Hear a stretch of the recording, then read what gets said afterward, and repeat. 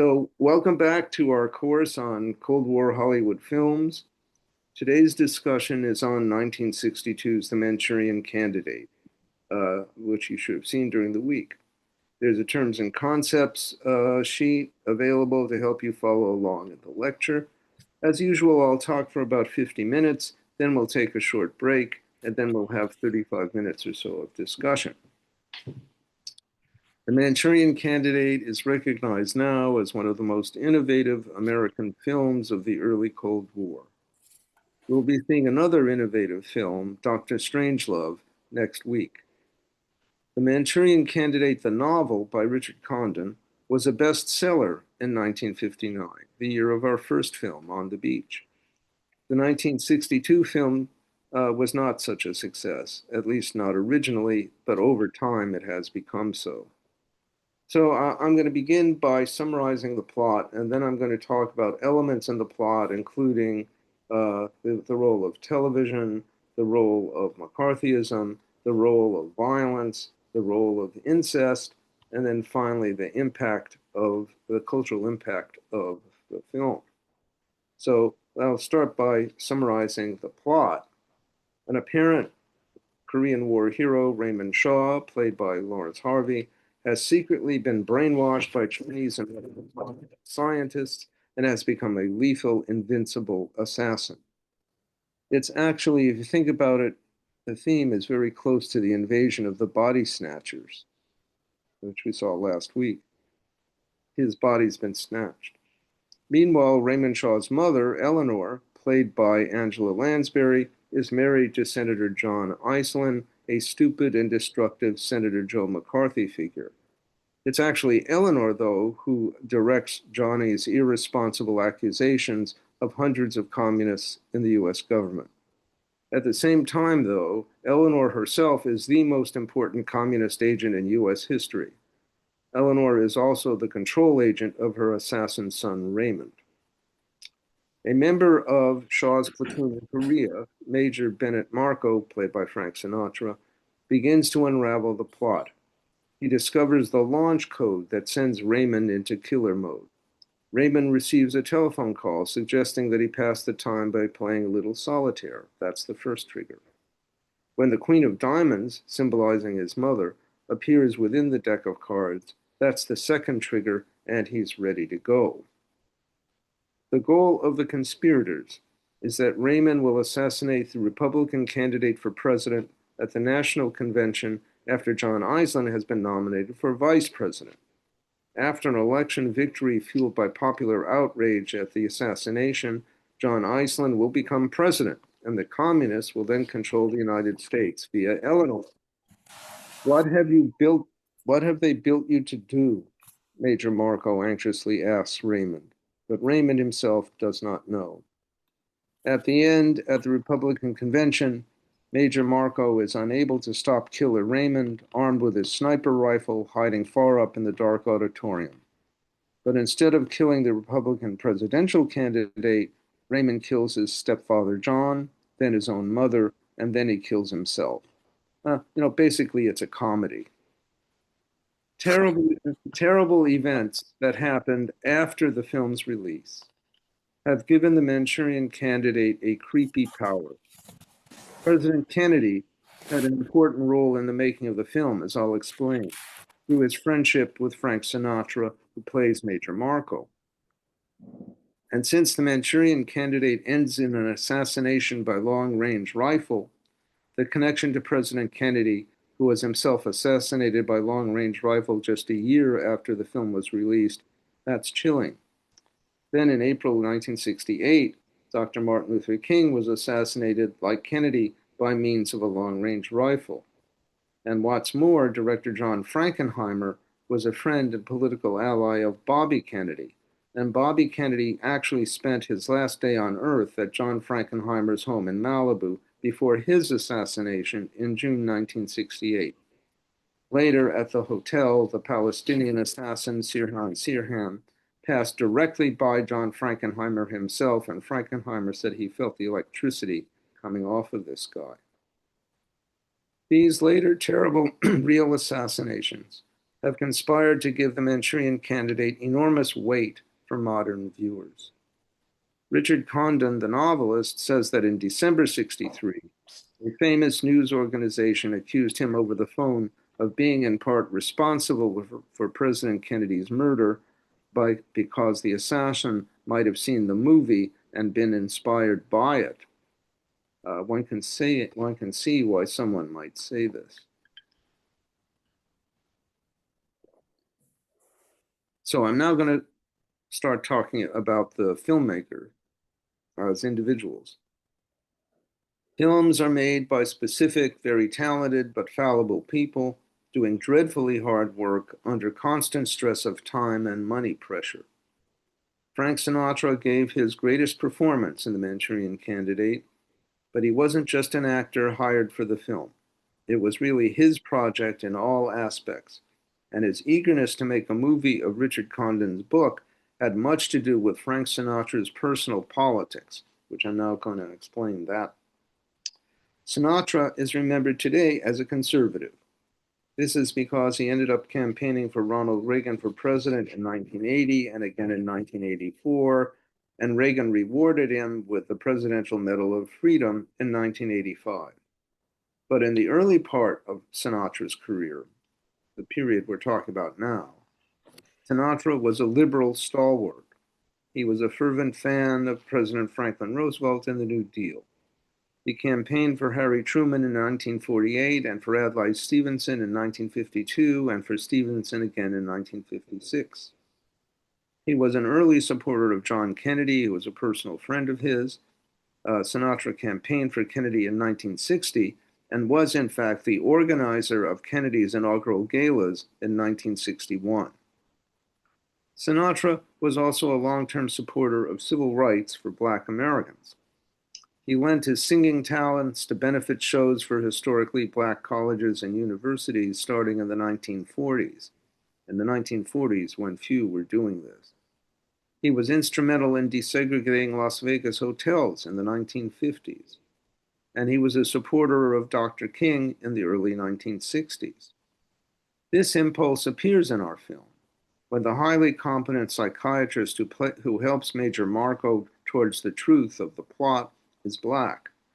One of the very first times a Black actor, Joe Adams, was hired for a part not specifically written for Black people.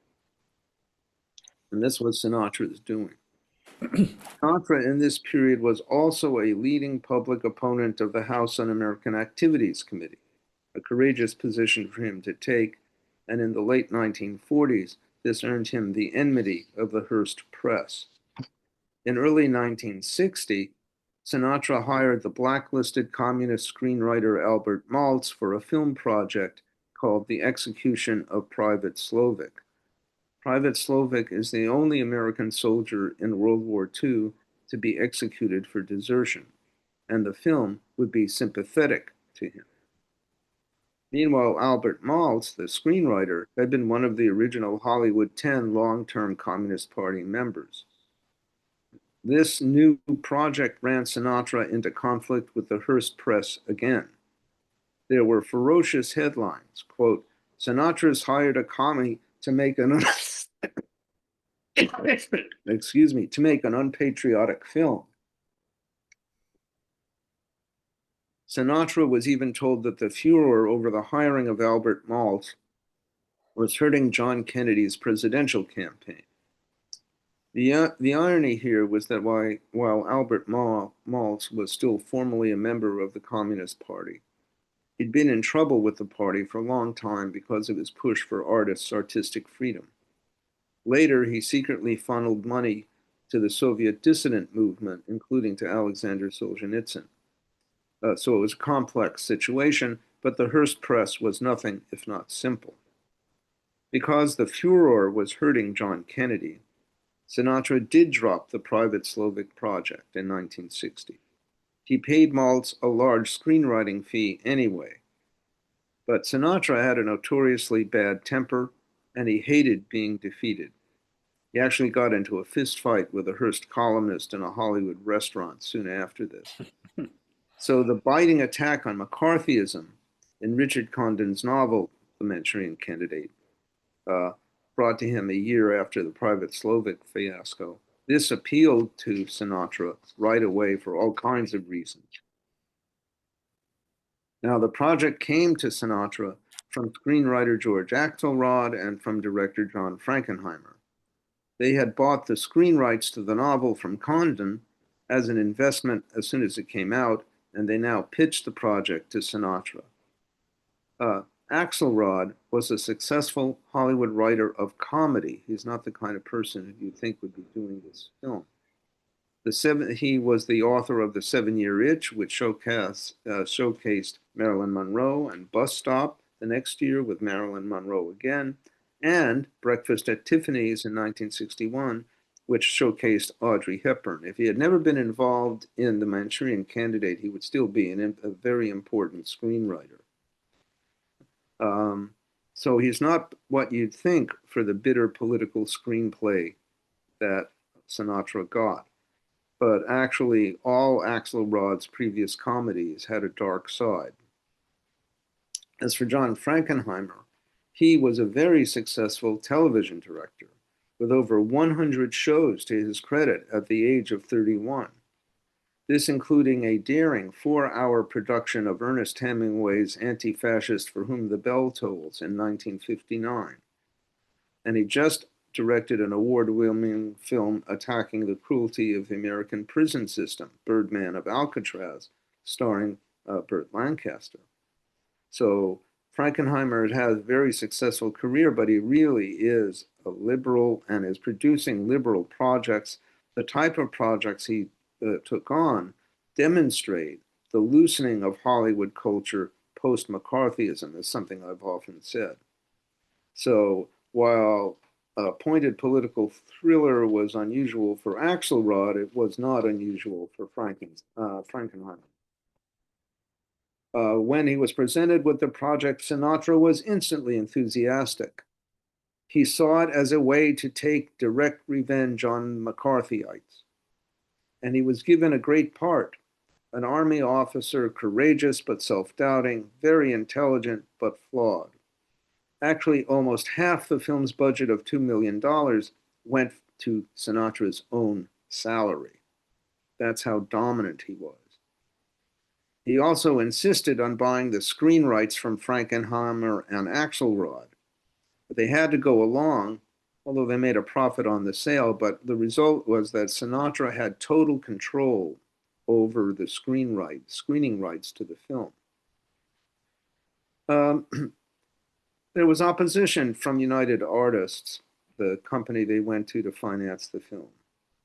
The United Artists was uneasy about financing a film that ended in a presidential assassination.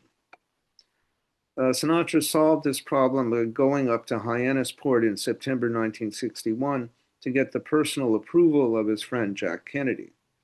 Kennedy had loved Condon's dark novel.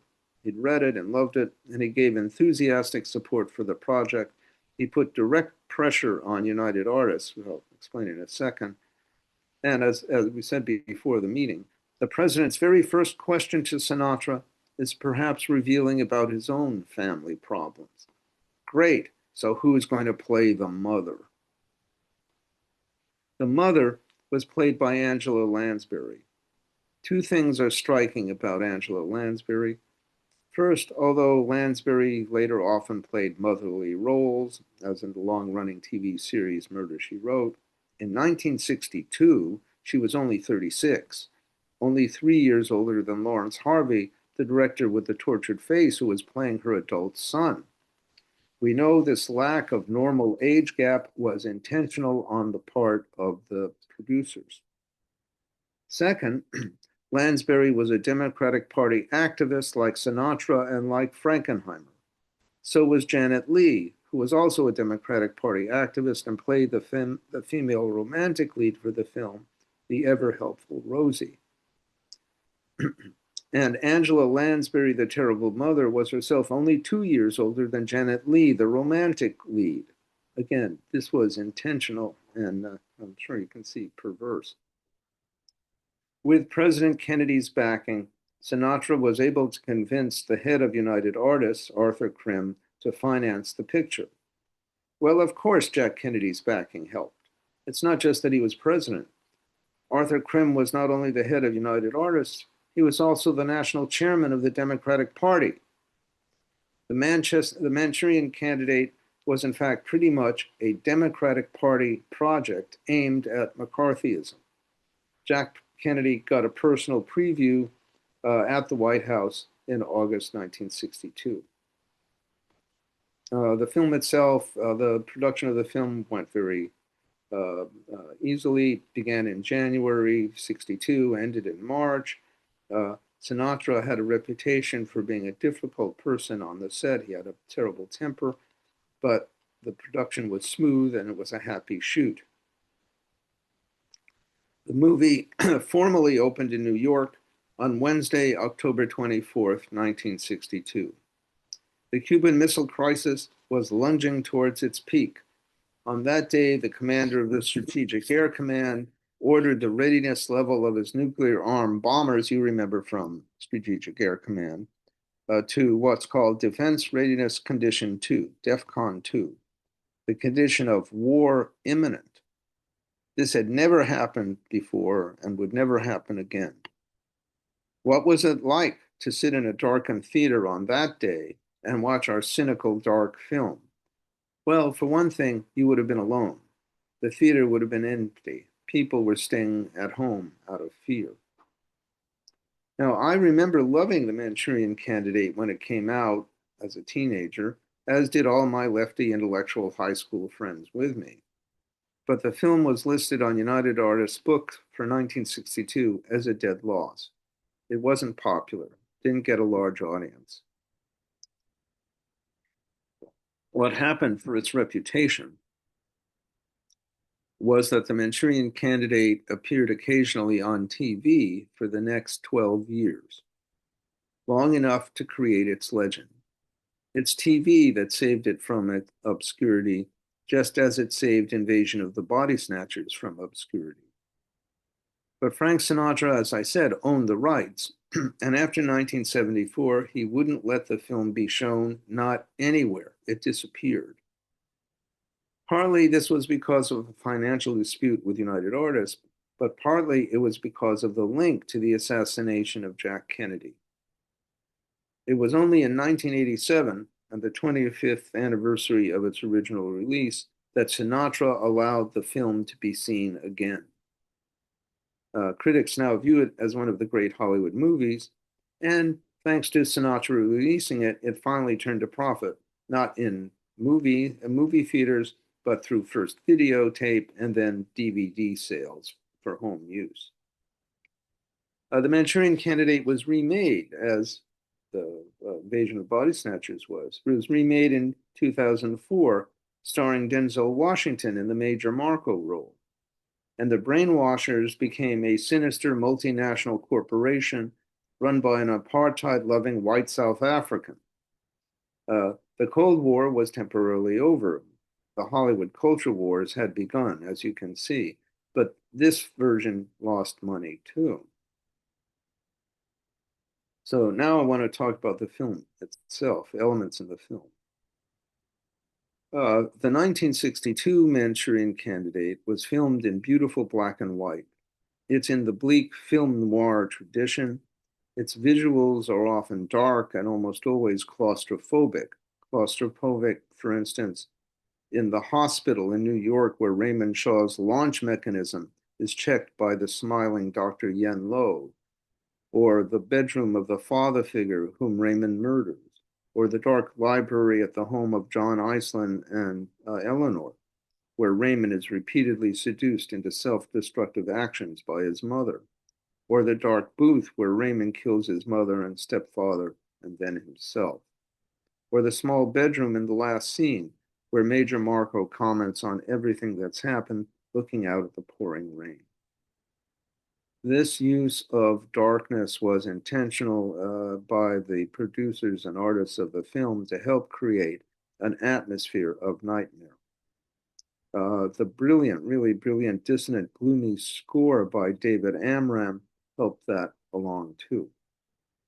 One scene is very famous for its sheer inventiveness. In the brainwashing sequences, the American soldiers are convinced via mind control that they are attending a women's garden club in New Jersey, but in reality, they're up in Manchuria being examined by grim communist officials. The film puts the contradiction between brainwashed illusion and harsh reality starkly visible to the audience via a continual 360-degree pan of the camera, in which at one moment we see with the soldiers elderly women in flowery dresses listening to a talk on gardenias, and in the very next, a second later, there are rows and rows of harsh communist officials and scientists watching Raymond Shaw murder two of his men. For his part, the black soldier sees a flower club meeting of dignified black women. The impact is dizzying to the audience, nightmarish, psychedelic, nothing like that had ever been done before. In fact, I'd say throughout Manchurian Candidate, the audience is assaulted by an integration of dreams and flashbacks with reality, waking reality. In fact, I want to talk about this. The difference between illusion and reality is a constant theme in this movie. The deeply unlikable Raymond Shaw is declared to be the most lovable, kindly, courageous person in the whole world by every member of his brainwashed platoon. Shaw's heroics in Korea are actually a communist fake. The idiot Republican senator is dressed up as Lincoln. The servile Korean houseboy in Raymond's apartment in New York City is actually a lethal communist assassin. The kindly liberal Senator Jordan declares that there can't be any kind of communist conspiracy like John Eisland claims, but then kindly Senator Jordan will later be murdered by a communist conspiracy far more vast than anything John Eisland ever imagined. Major Marco believes he's failed to deprogram Raymond and castigates himself, when in fact he succeeded, which is why Raymond kills his stepfather and his mother on stage at the Republican convention instead of killing the Republican presidential candidate. Raymond's horrible mother masquerades as an adoring wife and fanatical anti-communist, but actually she's not adoring of John Eisland. She despises her husband, John, while at the same time secretly being the most dangerous communist spy in U.S. history. But you know, that role too turns out to be a fake. She really is an anti-communist. The communist spy masquerade is itself a masquerade that she's adopted towards the Chinese and Russians because she's pursuing her own vengeance on them. For how dare those communists repay her loyalty to the party by choosing her own well-to-beloved son as the brainwashed assassin? Once in control of the US government via her stupid husband, Eleanor is actually planning to launch World War III. So there's the differences throughout the film between illusion and reality. Of course, there's much lampooning of McCarthyite anti-communism in the film. And it's certainly the case that that would have been impossible 10 years earlier in, say, 1952, the year of my son John. So we see that the cultural change has occurred. Of course, there was always resistance to McCarthyism. It's just wrong to think that he was that dominating. Edward R. Murrow's televised attacks on McCarthy on a show, See It Now, in 1954, are the most famous kind of resistance. But we now know, we didn't know until 2013 or so, that Edward R. Murrow was secretly backed by President Eisenhower himself, who hated McCarthy and conspired to destroy him. But even then, a year earlier, in 1953, at the very height of McCarthy's power, the popular TV show You Are There ran 4 separate episodes that were unmistakable parables against McCarthyism.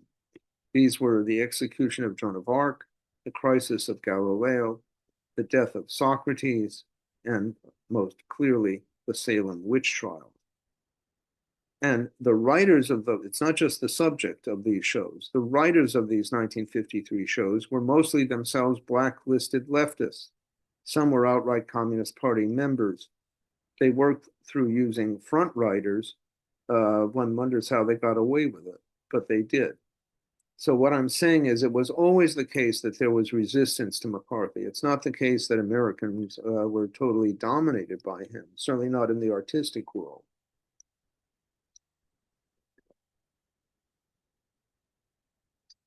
Nevertheless, a direct parody of Joe McCarthy as McCarthy wasn't mounted until the Manchurian Candidate itself, 8 years after McCarthy's drunken self-destruction on TV and long after his death.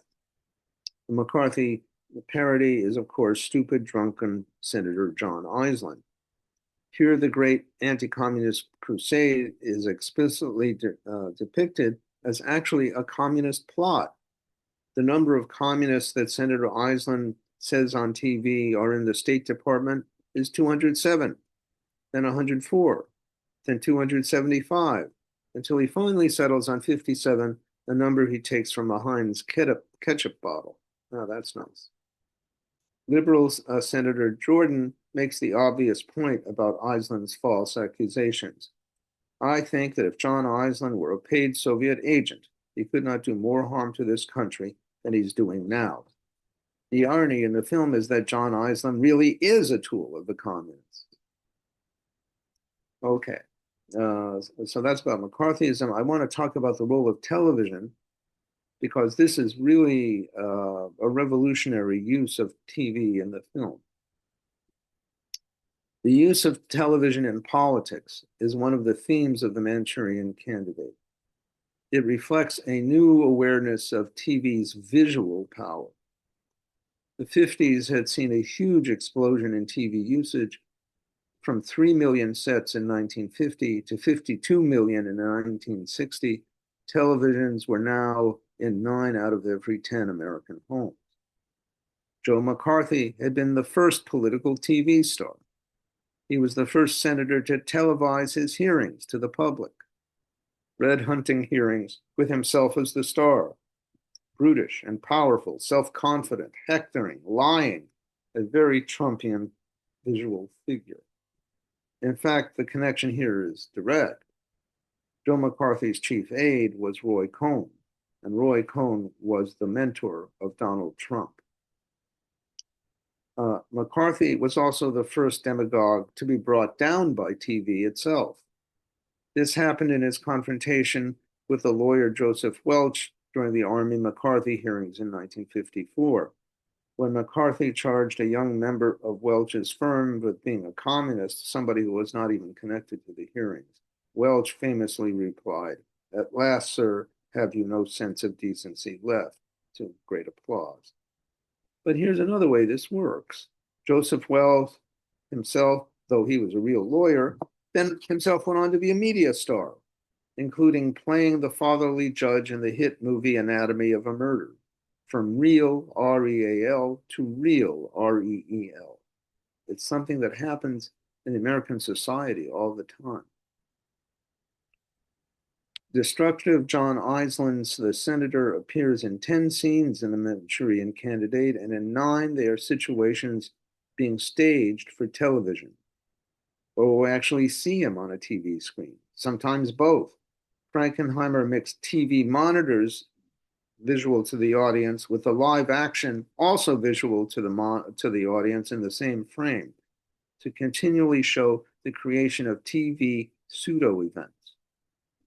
And John Eisland draws energy from his own televised vision. Raymond's evil mother, Eleanor, makes the point. After the planned assassination at the Republican convention, John Eisland will sweep to the election victory and will rule over a nation of passive television viewers. So what we're talking about in the film, part of this discussion in the film, is a discussion of politics as TV spectacle. And in that sense, Manchurian Candidate is a quintessential Kennedy-era thriller. Why do I say that? Because if Joe McCarthy was the first political television star, the second political television star to emerge was John Kennedy. Those who heard the Kennedy-Nixon debates on the radio in 1960 thought that Nixon had won. Those who saw the debates on television with handsome Kennedy versus sweaty and unshaved looking Nixon, thought that Kennedy had won. Kennedy's performance at his frequent televised news conferences as president were also extraordinary TV, are vigorous, intelligent, knowledgeable, handsome, urbane, humorous president. What could be better? Jack Kennedy understood how to manipulate the visual, if only because his handsome, healthy, slightly chubby face was fake, the result of frequent injections of steroids to deal with a terribly painful back injury he got during World War II. The difference between illusion and reality was at its hidden work in the real world of politics. In that sense, the film is a reaction to the rise of the primacy of the visual in American politics, as opposed to the real.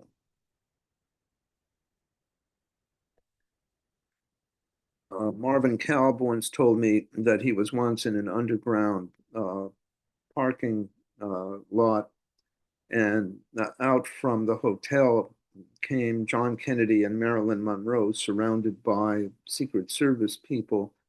And he was going up to talk to Kennedy about this, and a Secret Service person decked him and said, "Don't you ever talk about it." So, illusion versus reality.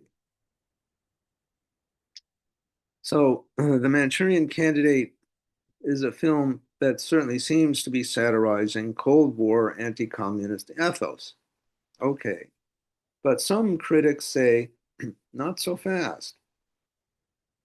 The difference between the external appearance of the patriotic Iceland family and their internal treason makes the movie turn in upon itself. Because despite its anti-McCarthyism, in fact, the film's fundamental approach endorses McCarthyism. Why do I say this? McCarthy had charged that behind the placid mask of the State Department employee Alger Hiss, or the young attorney at the Army McCarthy hearings, or one's own kindly suburban neighbors as in Invasion of the Body Snatchers, or one's own university-educated offspring as in My Son John, all of this, behind this, lay a shocking hidden identity.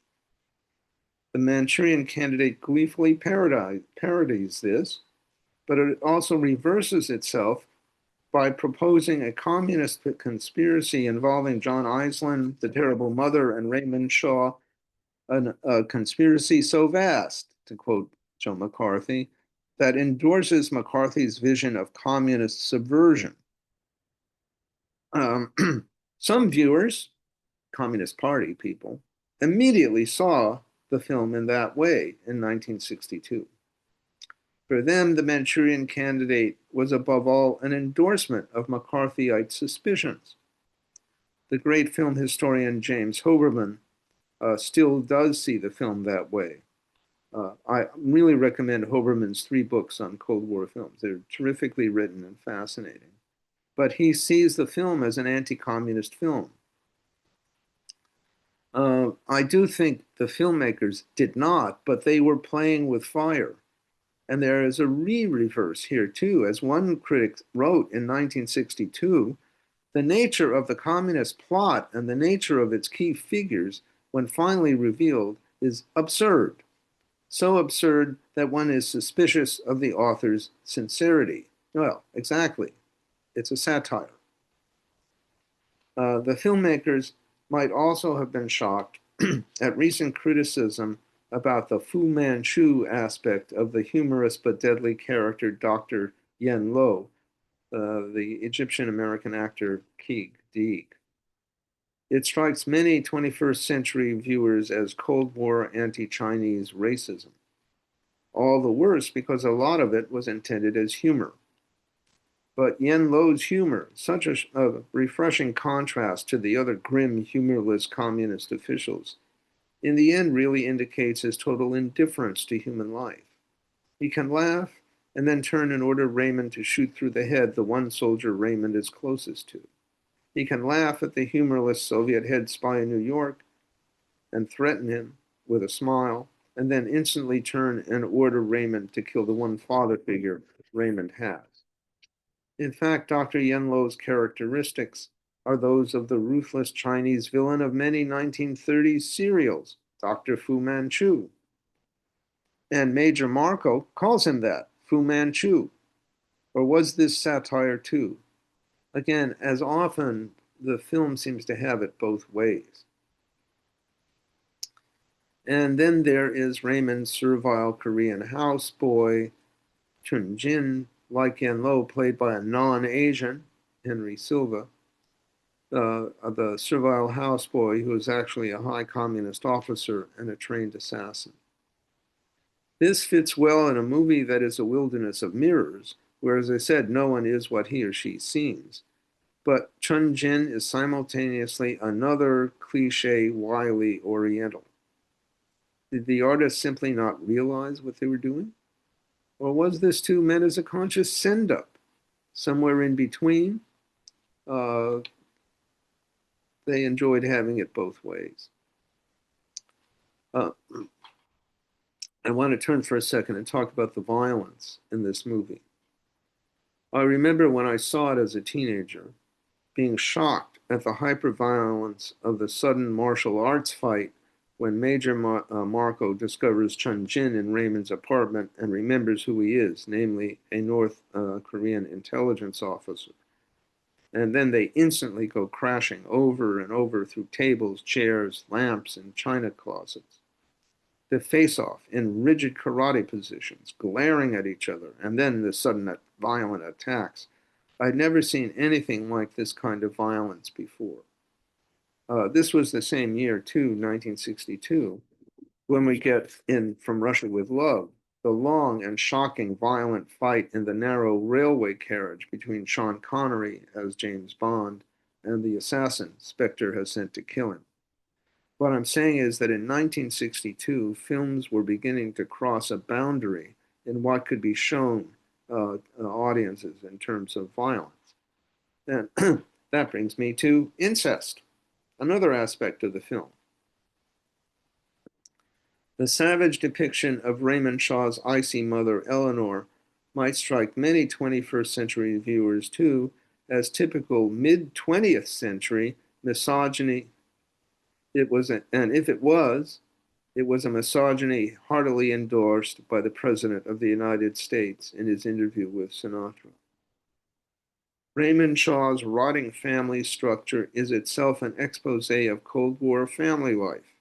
A stupid, drunken stepfather, an over-involved and intrusive mother, and a cold and withdrawn son. Oh, where have we seen this before?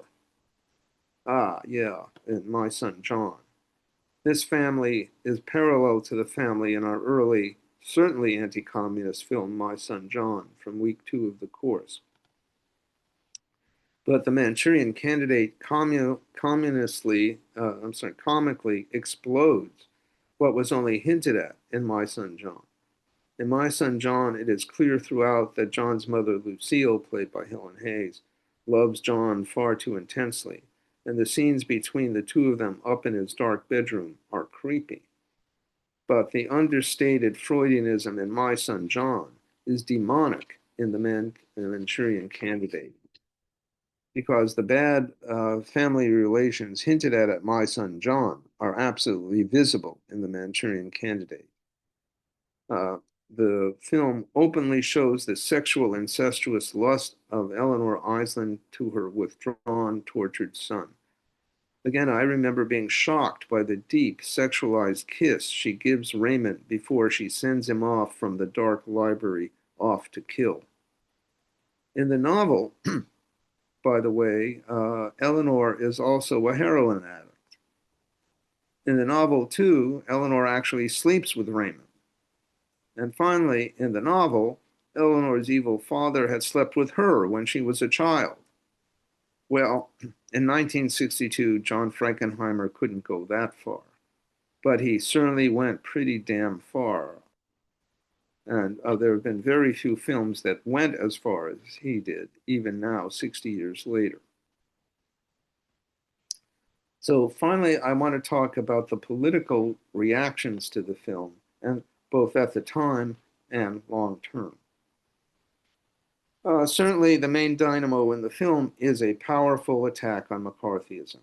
That's why the American Legion reacted to the Manchurian Candidate by claiming it was part of a renewed communist infiltration of Hollywood and calling for renewed HUAC investigations of the people who made this film.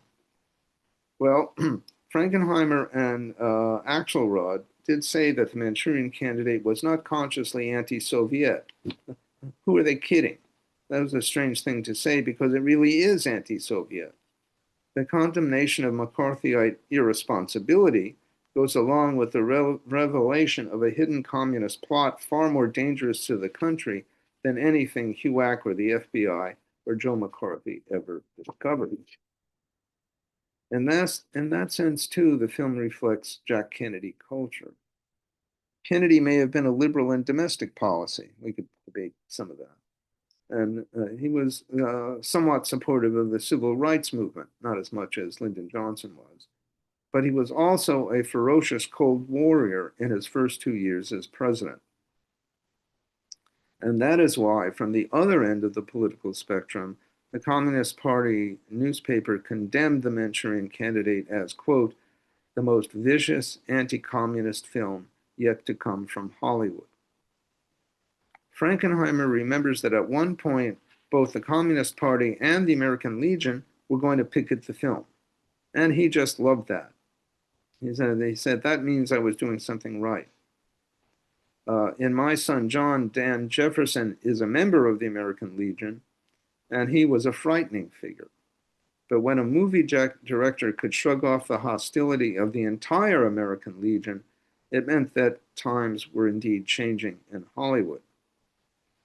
This new political freedom in Hollywood was on full display 2 years later in 1964, a presidential year, when in that presidential year, 3 major Hollywood films were released with leftist points of view as conscious intervention in U.S. politics for that presidential election.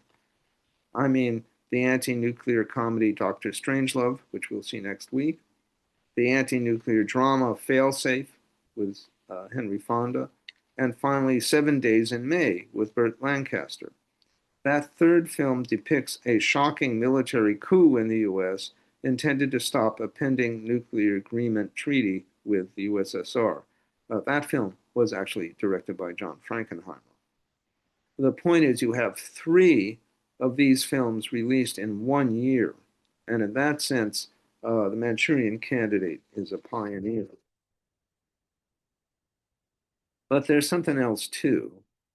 Frankenheimer himself admitted that many scenes in The Manchurian Candidate were, quote, over the top. Yeah. The film is actually a shocking litany of obscenities inflicted on the audience.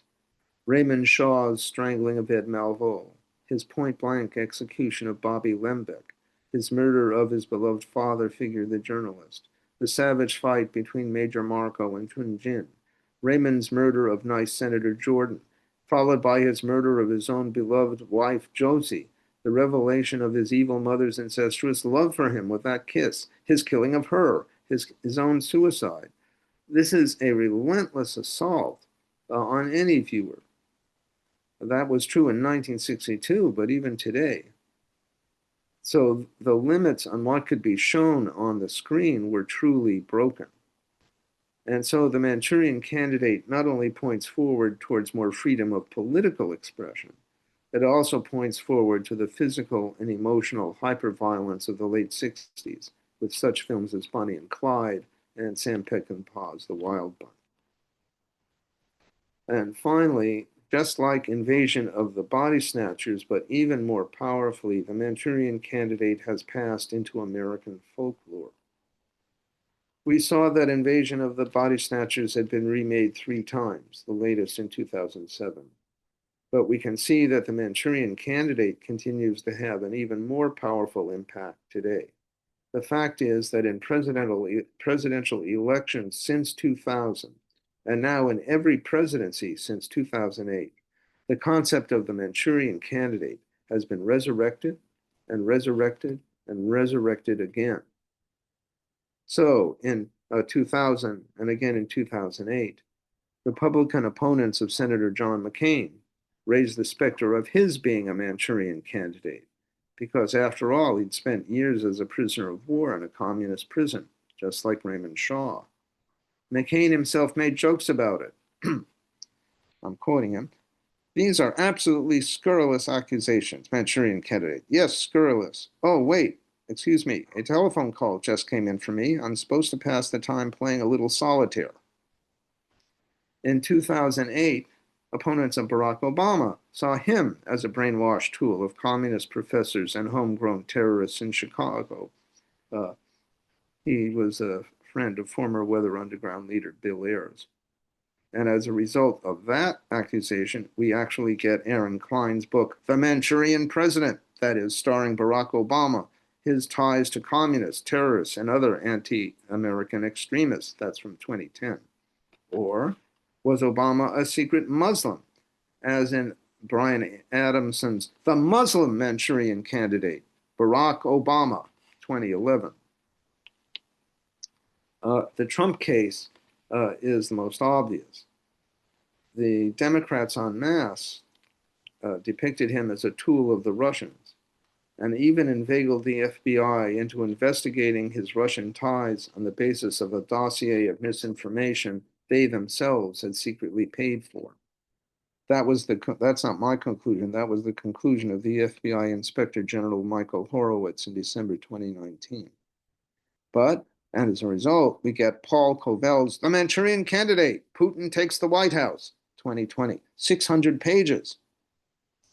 Meanwhile, Trump, for his part, accused Joe Biden in 2024 of being the Manchurian Candidate, a mindless figure controlled by others. That accusation, in fact, emerged within 2 months of Biden becoming president in 2021. But in 2025, the left-wing journal Counterpunch, not to be outdone on this theme, headlined a major story on Trump, Is a Manchurian Candidate Guiding Our Defense? That is, Trump in his second term.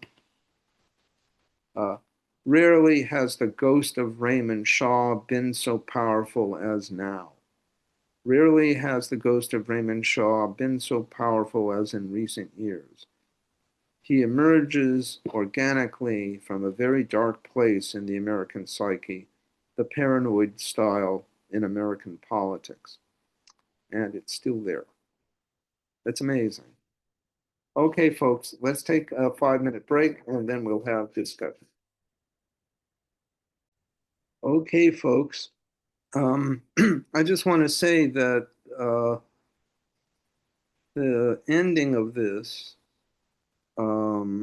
shows that the entire film, whatever its details, comes out of the paranoid style in American politics, which is an important part of American political culture.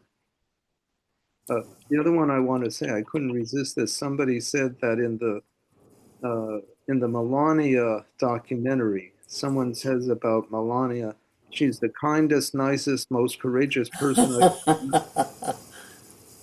Jim, could you make art big again? I always want to be big. Well, right. Make him big again.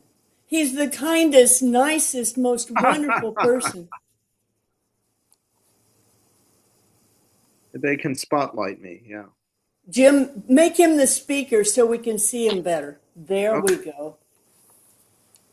Um, so the fact is that since 2000, the Manchurian Candidate meme has been used against every major presidential candidate. And once they were president, against the president themselves, in book after book with that title. It's really striking, and it's clearly used as an effective weapon, political weapon, by the enemies of whoever it is they're fighting, as a meme to hurt the the person you're attacking. And you know the thing is, as one of the commentators in 1962 said, "Oh, the story is absurd. The story is an absurd story." And yet here we are. So I think its power comes from the paranoid style in American politics. And it's coming from deep within the political culture, that things aren't the way they seem, that hidden forces are actually manipulating things, that people say one thing but actually are lying, uh, that all of this unease comes out of a very deep vein in American culture itself. I think I mean, Axelrod and Frankenheimer are brilliant people. Uh, they wrote the screenplay the way they wanted to, and I think it made sense to them. Quote, it made sense, and it made sense to Sinatra, and it made sense to Jack Kennedy, which should also make us uneasy. Why would this silly story make sense? Okay, so that's my initial comment. So I can't actually see who has their hands up. So, okay, let's go back. Okay. Let me remove the spotlight. Yeah, no, yeah, good. Let's remove the spotlight. I Richard have a, has his hand up. could I put a hand? Can you hear me there? Yeah. Yes. Okay. Um, as for the story, Frank Sinatra in the drunken scene when they're getting drunk, I think it's Yeah. Christmas Eve, or he mentions, actually, you're not going to tell me about Orestes and Clytemnestra, right? Yeah. Actually gives away the whole plot there. It really is Right. Yeah. Orestes, and he kills his mom, and Clytem, Yeah. as Angela Lansbury as Clytemnestra. It totally plays out. It's like, so Well, that's yeah. the story underneath it. I think it totally fits. But Right. Which we can talk about the paranoid style in ancient Greek politics too, yeah, of which there is plenty. yeah. Um, But I mean, the film works, and I think you have to ask yourself, why does this work? Yeah, yes. So Art, Shelley is asking a question by chat regarding the use of the term brainwashing. Okay, let me see. Let me see what she's saying. I remember when there was a lot of talk about brainwashing. I haven't heard that term for a long term. Well, maybe for some religious cult. But if it has stopped or almost stopped, is it because the fall of the USSR, i.e., around 1989, 91, meant we didn't have to worry so much for a decade or more? Or is it because we know so much more about brain science? You're not misremembering the use of the phrase, Shelley, but I would say that that has been replaced. The communist stuff fell apart um, with the fall of the Soviet Union. I think that's fair to say. Of course, there's still secret Chinese spies everywhere. And in addition, there's lots of secret Muslims, including Barack Obama, you know. I mean, remember that John McCain had to defend Obama from the charge of being a secret Muslim in a public meeting. Uh, Right, right. yeah. Well, that's Manchurian Candidate stuff. So it's very interesting that the specifics may change, but the general accusation remains the same. Yes, but now we hear about people like Trump is a Russian asset. We Yeah. don't hear about brainwashing or that they're Right. spies. I mean, it's a different kind of thing Yeah, right. Trump was a at one Russian level. asset because he'd been bought by the by the Russians, not Mhm. brainwashed. Mhm. The brainwashing stuff was a very important theme in the 1950s because Americans were shocked by the fact that some American POWs uh, wanted to stay in North Korea rather than return to the United States because they believed North Korea was a good society versus the evil United States. Um, I think people were deeply shocked and fearful about that, about what kind of secret techniques did the Reds have to do that thing, and the film certainly expresses that. Uh, it's um, also the case that after Vietnam, that didn't happen. the POWs all wanted to come home. And that actually, though, it was John McCain who led the effort to reestablish friendly relations with the Vietnamese government. And he's now idolized in Vietnam, which is actually sort of an ally of ours. Yeah, Joan.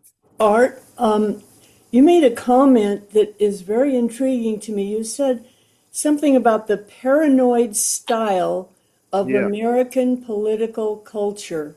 yeah. Why do you suppose we have that style, if you do, and other countries don't? Where is that coming from? Uh, Short answer is I do believe it's there. um, I'm not sure where it comes from. I mean, in part, it's a popular view of the feeling that the country is being manipulated by hidden forces. Right now, I think it's mostly social capitalist forces. And it's not that that isn't true.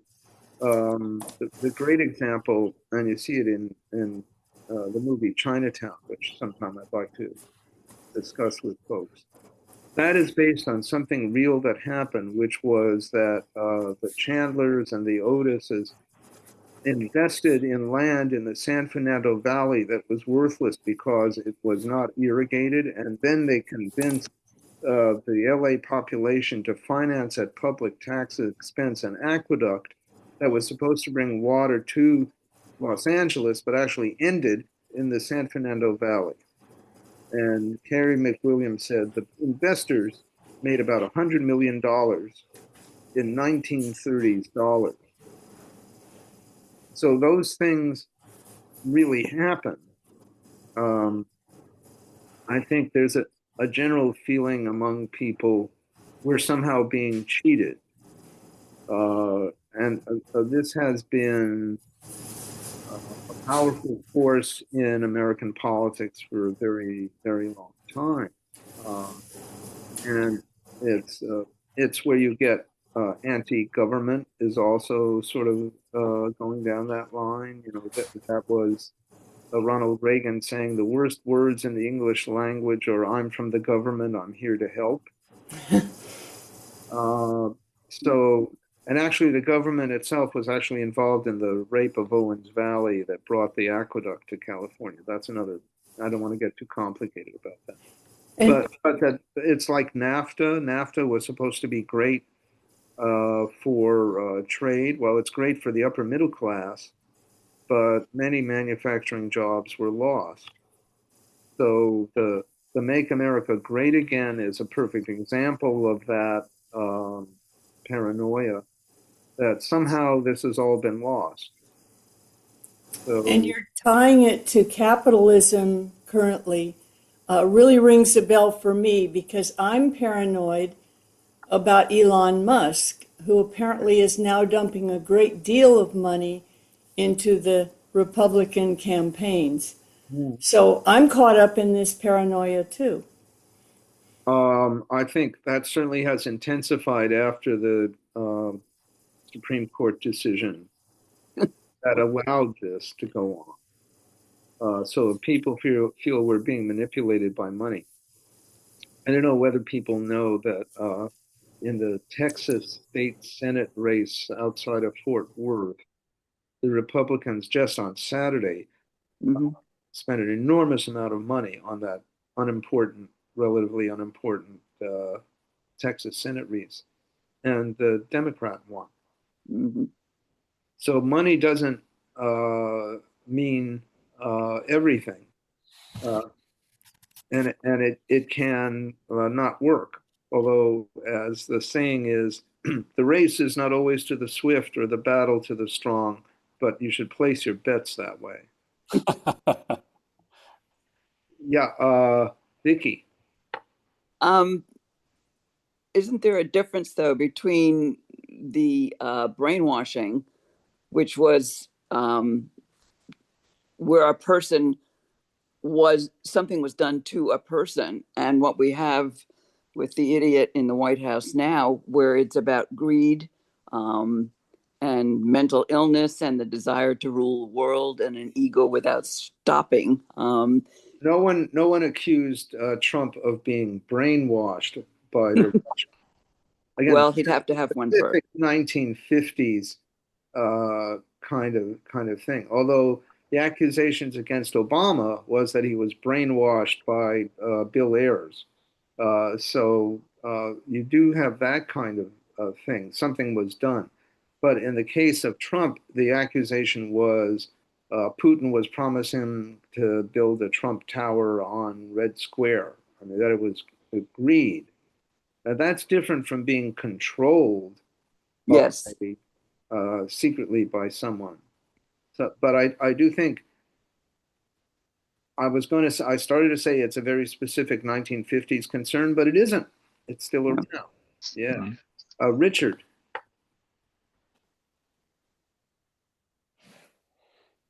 Are you on mute, Richard? In addition to the use of brainwashing in the political sphere, it was also very prevalent in the social sphere with psychiatry and psychologists kind of battling it out as to whether brainwashing was a real mental phenomenon. It was Right, used, advertising also. yes, got embroiled into is brainwashing why cults flourish. But I just want to say, going back to the 50s, Vance Packard's book about advertising was called The Hidden Persuaders. Yeah.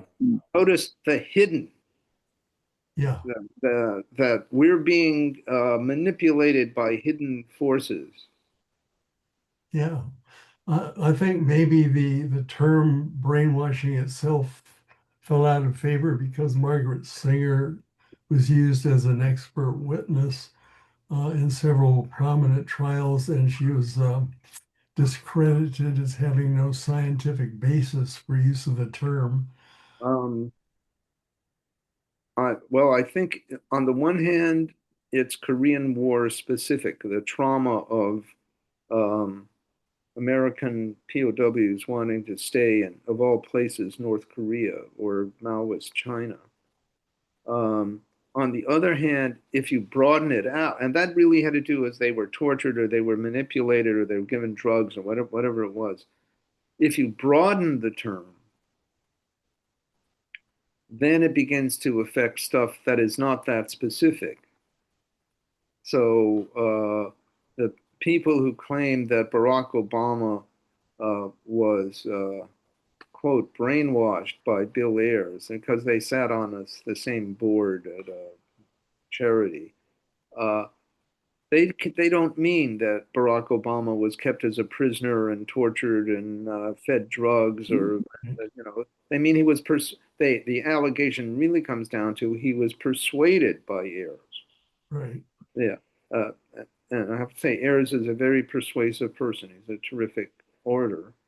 Um, he persuaded the Weather Underground to start killing, and then he persuaded them not to. So, but that's different from literal brainwashing. Right. So what happens is that the term gets used, and then it suddenly expands. It's not meaningless, but it changes its specificity where it started from. Yeah. It's like the use of Nazi. Yeah. I'd like to mention that there's a reasonably newly made documentary about the 21 POWs that stayed in China called They Chose China. Ah, It's a sympathetically made movie. They went and interviewed people where these men lived and worked. and they still stayed, yes. Many of them came back eventually, but Huh. it tracks their course from their life in China. And Why did they leave? Why did they come back? A lot of it was idealistic. They said they were not wanting to return to McCarthyism. Yeah, One was a black man, and he had plenty of reasons for not coming back to the United States. When he did come back, um, things were not did not go well for him. He couldn't get a job. He was ostracized for being a turncoat. The yeah, sure. turncoat was used. So Um, was it the end of McCarthyism that encouraged these people to come back, or did they come back in the 60s? they came back in the 60s, most of them. Yeah, Yeah. They, that's, they missed the United States. um, I mean, John McCain visited Vietnam many times, and in 1995 he really began the Vietnam American Friendship Society, where Judy and I knew the president of that. So they idolized, they thought he was a great conciliator, especially since he really was tortured and can't live, I guess, his left arm as a result. Um, but it's different in that nobody stayed in Vietnam. I mean, I think people have actually gone back to retire because it's a beautiful country and it's cheap. Although it now has hundreds of millionaires and 6 billionaires, so it's true. That's true. Yeah. Oh. But I think when you broaden out the term, you suddenly can see it everywhere. And then you get academics like me who say, no, you have to go with a very specific meaning of this. And there isn't much of that around anymore. Although the accusations, though, the question is, why do these accusations have weight? Uh, why don't people laugh them off? They don't.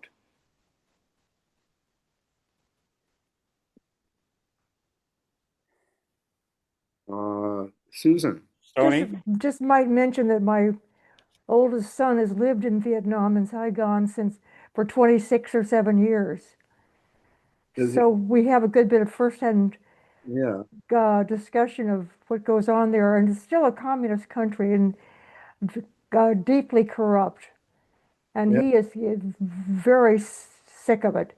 It's a very difficult way to do business. It was difficult for him being in business, and Oh, it's not an easy place to live, even though he's bilingual and huh. pretty well integrated. He's retired now and wants to move out of the country. Susan, Uh, Susan, why did he move there in the first place? Well, several things. He was a avid soccer player in school, and some of his friends were soccer in Marin County were playing soccer, and many of them were Vietnamese. Also, his stepfather, with whom I raised him, had had two tours in Vietnam. The second one, in the worst of it, during the Tet Offensive, is when he came back. So he had a lot of discussion about the Vietnamese people, whom my husband at that time had a deep respect and admiration for, and spoke very highly of.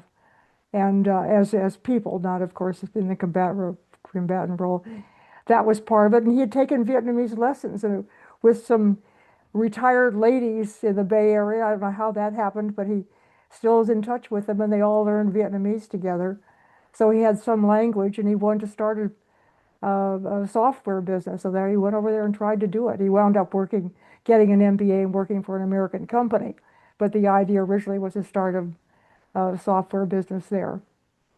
Um, and, Tony, but did you have a question? but that's the long answer. The short answer to a complicated 26 years of being there in various businesses and so forth. And so it's very interesting. But we've had a lot of Vietnamese discussion, needless to say. what was your impression of Vietnam?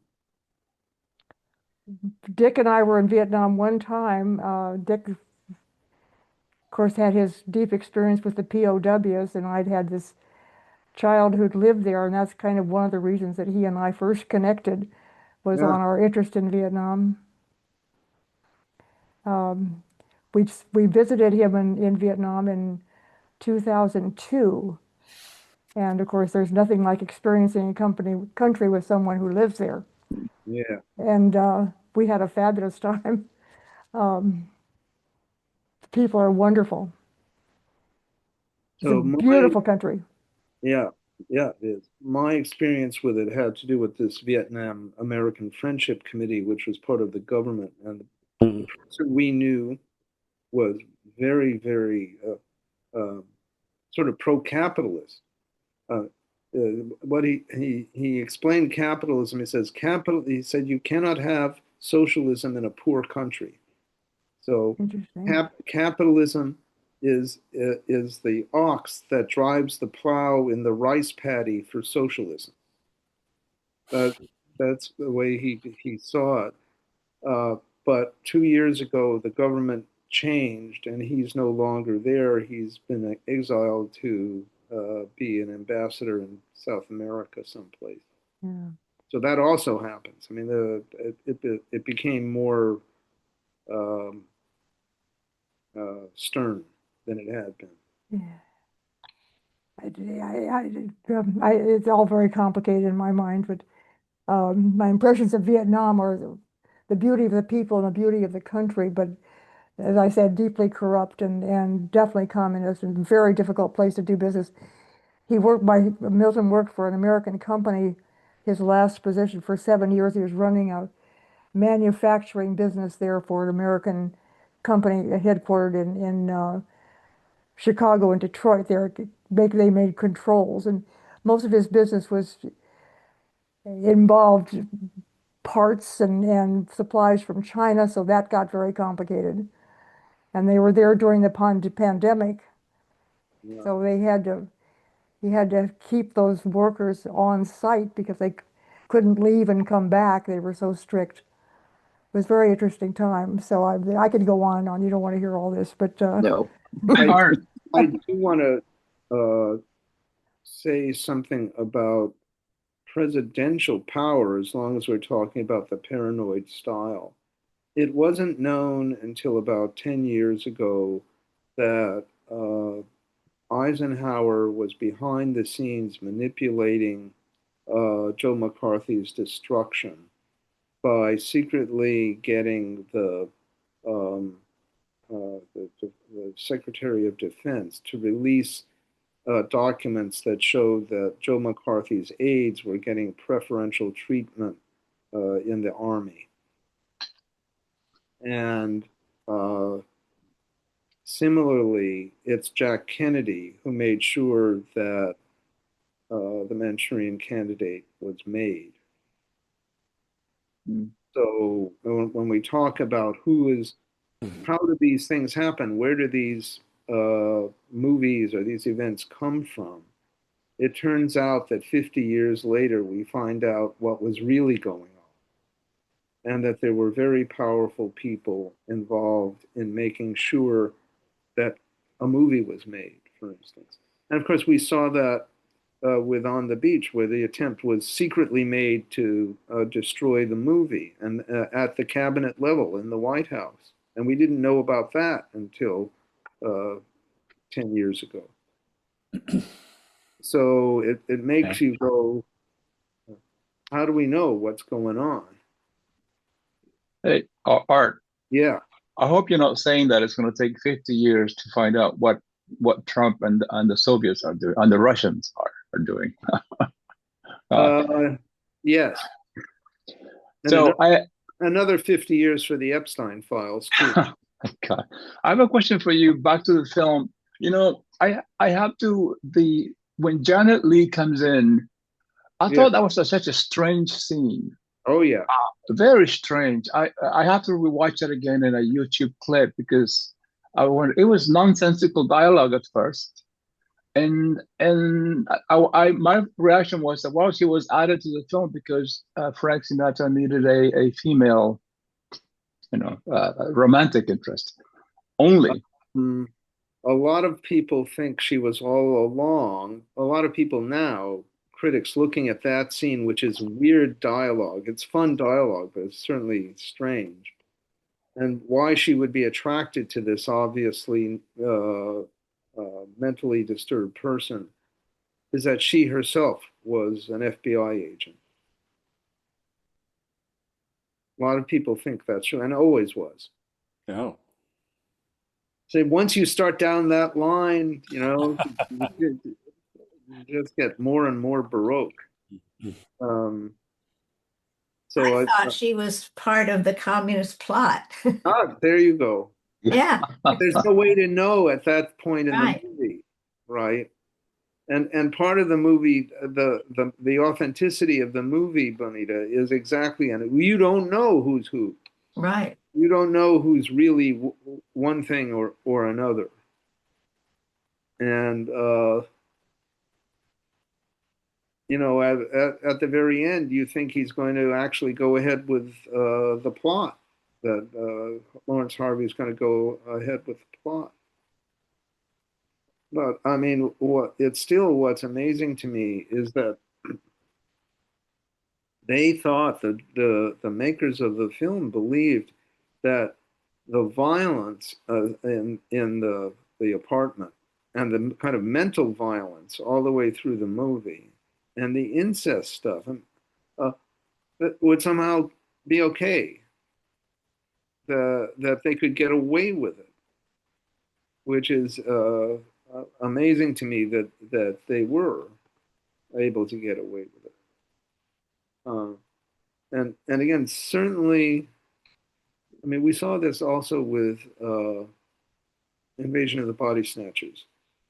The artists who made the film meant it to be anti-McCarthy, but it wasn't seen that way. Mm-hmm. The makers of this film intended it to be anti-McCarthy too, and certainly more people saw it that way. But then critics said, but really it endorses, a conspiracy more vast than anything in human history. And are they having it both ways, or it's a cool plot? It's very interesting to see. Wow.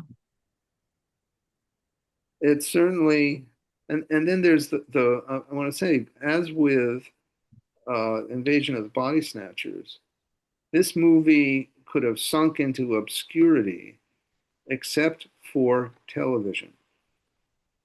That television put that film to millions of people who hadn't paid to see it originally in 1962 for, golly, 12 years until Sinatra withdrew it. And that meant that you could see this film and its reputation grew. Actually, one of the things that was going on in Los Angeles was what was called the $1 Million Movie, where they showed this film for 7 straight days at whatever time it was. Wow. Yeah, and that meant that the film school generation could see that movie not just once, but see it and think how it was made. How did it work? Mm-hmm. Uh, and if you talk to the artists, they'll say, no, movie's meant to be seen once. Don't dissect it. But thanks to TV, you can, and now especially with cable, one you certainly can. You can do frame by frame what's going on. So it's been overtaken by technology. But I think the fact that it's very striking to me that the accusations that have been made in presidential campaigns of the Manchurian Candidate thing, it's now 63 years old, 64 years old. It's more powerful now than it was in the 70s and 80s and 60s. Yeah. Sure. Yeah. Why do you think that is? we've evolved. We've seen more presidents and more things going on. Yeah, I think the aura around the presidency has changed. Hmm. Yeah, social media has a lot to do with it. Social media, yeah. So, these paranoid conspiracy theories are all over social media. Yeah. And Anti-social media, actually. yeah, and that's very good. Anti-social media. Kara Swisher, I'm stealing that from Kara Swisher, who Yeah. coined it, in my view, anti-social media. Yes, Mhm. that's very good. Mhm. Hmm. Yeah. I think somebody had a hand raised. Is it Stony? Is that Tony did originally, yes, Tony. Tony? Tony. You have to unmute yourself, sir. You can yes, there you go.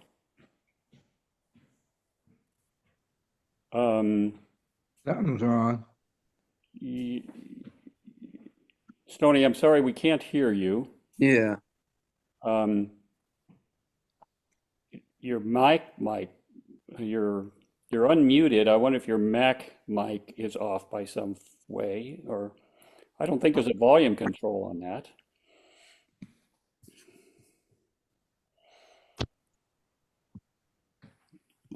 That better? Yes. Yes. Good job. Okay, let me take those off.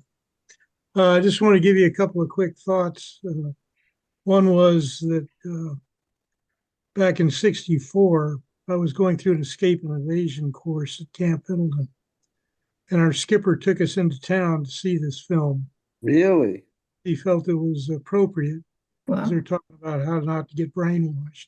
Oh, how not to be the danger of brainwashing. Yeah. Yeah, Interesting. dangers of being brainwashed. I said, Wow. well, one thing you got to do, you're dealing with the heart of Marines, and we don't have much to wash. Just like cleaning a washcloth. But anyway, the first thing that struck most of us, I was watching the film here recently again for the first time, and it struck me about how there were so many inaccuracies about it. One thing, they're saying that these guys were only in custody of these agents for 3 days, and they were Yeah. hypnotized, which is kind of hokey in itself. I mean, you might be able to quack like a duck if somebody showed you a queen of diamonds, but That just shows how sinisterly smart the Reds are. yes, indeed. right. Only I will 3 tell you days. this, though, that the disparaging stuff came from all the stuff that happens in the film. Like when they ask Frank Sinatra to hand the gun over to the agent, and the gun he takes out of his holster is a Walther P-38, which is not an American handgun, it's German. And he wouldn't have had that. The other part was that as a captain, he would not have been in charge of. I'm just going to give you a couple of things we saw as military guys, because I still remember. As a captain, he would not have been leading a patrol. He would have been sitting back in a bunker someplace drinking coffee. Yeah. And Wow. they had to have him as a captain so he could get promoted to major, have some clout. Yeah. The other part is when they arrive at the airport and the agent's getting off the aircraft. He's only wearing 2 ribbons on his uniform.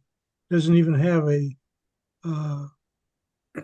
what do they call the thing? The combat infantry badge the Army has. Yeah. Everything like that. That would have been his proudest award. The other thing is everybody keeps referring to it as he won it, a Medal of Honor. You don't win it; it's awarded to you. Yeah. So it's not a contest. That's Right. the other part. And the other, I mean, there's a lot of little stuff that we all picked up from those days. Was a TV show called Combat. Right. I remember that show. Most of you probably remember that. Yeah. These guys would go on patrol like these fellows were, with 2 rounds of bullets each, and little dinky rifles and stuff. And they never. We always said, "Well, how do they eat? How do they reload their weapons?" You know. And I always remember the sergeant reaching inside of his jacket, went out with another magazine for his Thompson submachine gun. But these guys didn't have any gear, and then to be whacked over the head. I don't know if any of you have ever been hit over the head with anything. I have, and you certainly don't just lay down. You just, like these guys did in the scenes. It would have been more of a scuffle. The other part was that there's the one scene when they first arrive at the airport and the mother and father show up. And one of the places they run through is right through the middle of the color guard. And if you were trying to represent something Republican, you certainly wouldn't do that. You knock aside the rifle bearer and the guy carrying them. Yeah, but that's just a nasty crack at Eleanor. I know. But she just elbows everybody aside. Yeah. Yeah. Yeah. Well, I just thought I'd share that little piece Fascinating. of personal insight from Thank you. Thank you. That was great. Yeah. I'm really, by the way, I just have to comment, Art, I'm really thoroughly enjoying this course. I wasn't sure what I was going to get into, and I'm loving every minute of it. Me too. Me too. Me too. I'm going to be really sad to see it end. Well, it's we've still got one next. I know. Yeah, next week. But I'm going to suggest to the folks that we do a course on California noir films. That is. Oh yes, yes, please. Perfect. Okay. Yeah. All right. And that would be. Thank you. Art, I noticed that in your biography that you did one on the films of the Reagan years. I did. Is there any possibility of doing that film, series? We could, but it's depressing. Well, what isn't? Couldn't be more depressing than reality. But we'd like to have that. Do hey, it anyway. Art, you also you've written about Ford, the director. Yes. How about another film suggestion?